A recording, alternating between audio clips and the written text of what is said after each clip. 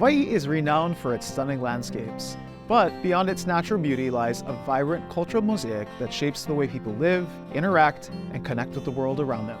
Central to this tapestry are the cultural norms that guide social interactions, values, and daily practices.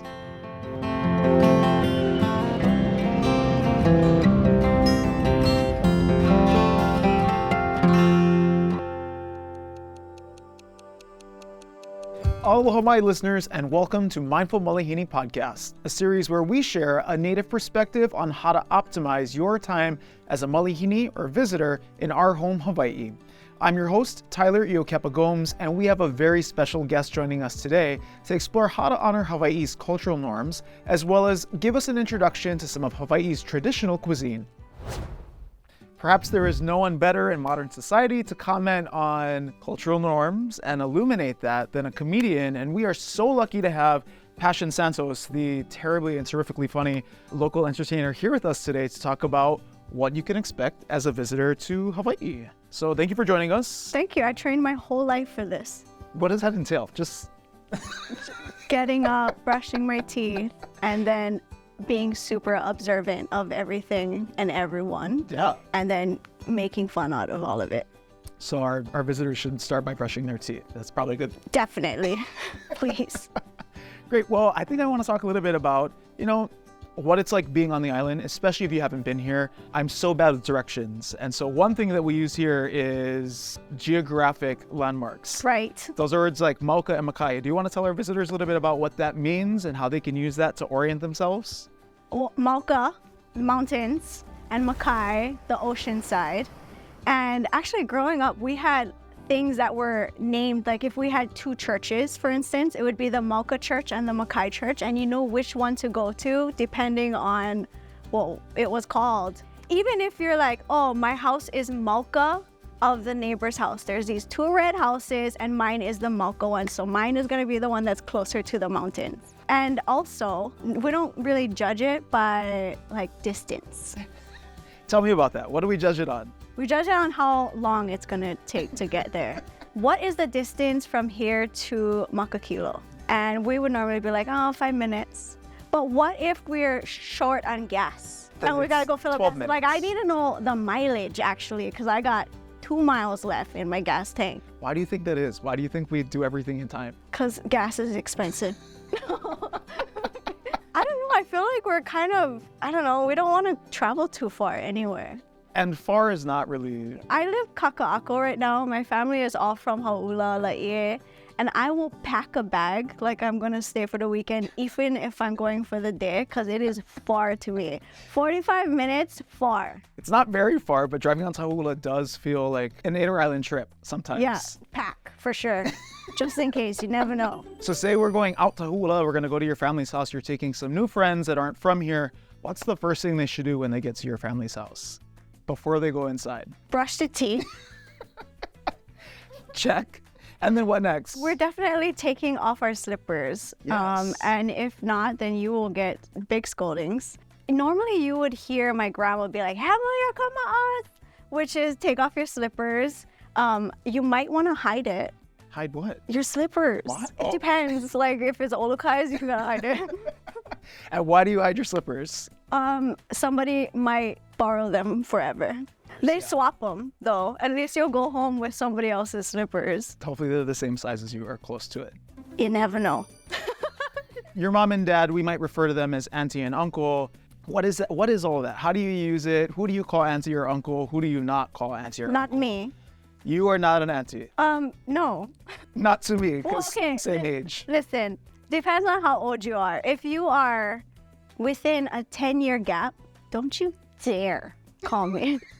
Anything younger, that's fine. I'll be your favorite auntie. Auntie and uncle is a total respect thing. Sure. And I feel like if you're lucky enough to be in that circle of, respect, love, then you are lucky enough to call them auntie and uncle. Even if you're not related to them. Even if you're not related to them. Talk a little bit about not showing up empty-handed. That's something that I think is ingrained in us, and we like to take things with us when we go to other people's homes, their spaces. What's your favorite thing to show up at a house with? really, it's anything. You can bring anything to somebody's house, but I think knowing your audience is important because you want to bring like a bottle of wine to somebody that doesn't drink. Right, somebody's first birthday luau, like bottle of wine's a weird gift. Yeah, baby, it's gonna be hot, you know. But that highlights a really good point in that, it's about thoughtfulness. It's about respect and knowing that you're going into a place that belongs to somebody else and taking something that you've thought of. There's an intentionality there. Speaking of food, because that's sort of where this is going, there's a lot of food in Hawaii. And you and I know there's a difference between something called Hawaiian food and then everything else. Do you want to talk a little bit about that? Musubi is not Hawaiian food. It's a local food. And there's a difference between local foods and like traditional cultural Hawaiian foods. But also, we're very blended now, and it's hard to know what is deeply rooted and what isn't. And I think that laulau, even, you think like laulau is Hawaiian, but then there's elements to it that might have been introduced later on. And so like, at what time period are we talking about? I don't know. So for our audience at home, laulau is a traditional indigenous native Hawaiian dish that uses the leaves of the taro plant, or luau, and it's wrapped around usually pork, and it's salted, and then it is steamed, essentially. There's now butterfish in it, and that's probably not a traditional ingredient, but it's become synonymous with what's in your laulau. I'd be a little disappointed if my laulau didn't have butterfish inside. But that's right, I think about lomi salmon all the time. It's one of my favorite things. It's not in any way, shape, or form That too, yes. a traditional native Hawaiian food, but when someone says Hawaiian food plate, you're expecting to see tomato and salmon on your... Normally it's served on like a cafeteria-style paper plate. Yep. With compartments for all your items. But the real art is what items you let the server ladies put in your plate. You got to rotate it a little bit so that you pick and choose. What is your ideal setup on your cafeteria tray? Are you picky with things touching each other? No. Yeah, me too. Okay. So if there's opihi, I definitely want that. Lomi salmon is okay in the same like box. Because seafood. Square, yes, seafood, or poke next to it. So on these plates, there's one large. That's normally the one for the entree. But like sometimes if I have a choice, I will tell them to just fill it up with poi, because sometimes it only comes in like a small little cup. That's why you gotta go with your auntie. And then you put the poi in her purse. And you're like, here, hold this. 7, 2. 8. Oh, 2. Oh, that's so little bit. Pickled onion, or just regular onion with salt. Yeah, Laulau. pig. Kalua pig, which is slow roasted Smoked pig. meat. Oh, smoked meat is another one that's hard to find. Not every luau has that anymore. Not every luau has it, but my family, that's what they do. Same thing with fried fish. I love when families are fresh frying fish. That could go on any one of the portions because the flavors go all well together. Which, leads me to, what do you call the things like to just spice the plate up? Condiments. Oh, okay, I Shoyu, was which gonna is be like, sauce. good-looking brothers. There's shoyu, there's usually Tabasco, or there's our locally made version of hot sauce, which is chili pepper water. There's inamona, which is crushed up. Salt, kukui Nuts. nut. Yeah. And you just garnish all your dishes with it, and then it's time to take a nap. Yes. You won't find me after I eat. She's like, "Ay, where does she go?" Just crawl under the table and just crash right there. The one time you can call me auntie. After I'm done eating. What is your favorite Hawaiian food? Oh my gosh, that's so hard. It would be between poi and squid luau. I was gonna say the exact same two answers. Did we finish each other's squid luaus? Oh man, I was gonna say sandwiches, and I'm really glad I didn't. But squid luau, same thing. It takes the taro leaves or the luau, and it's usually stewed with squid in this case and coconut milk, and it's so delicious. And people are picky about whether they like their sweet or they like them salty. And then poi is the taro root mashed up, and then water is added, and it's a staple. Yeah. What's your favorite local food? This is even harder. Oh my goodness. That is so hard. I think I'm on like this ahi katsu Okay. vibe right now.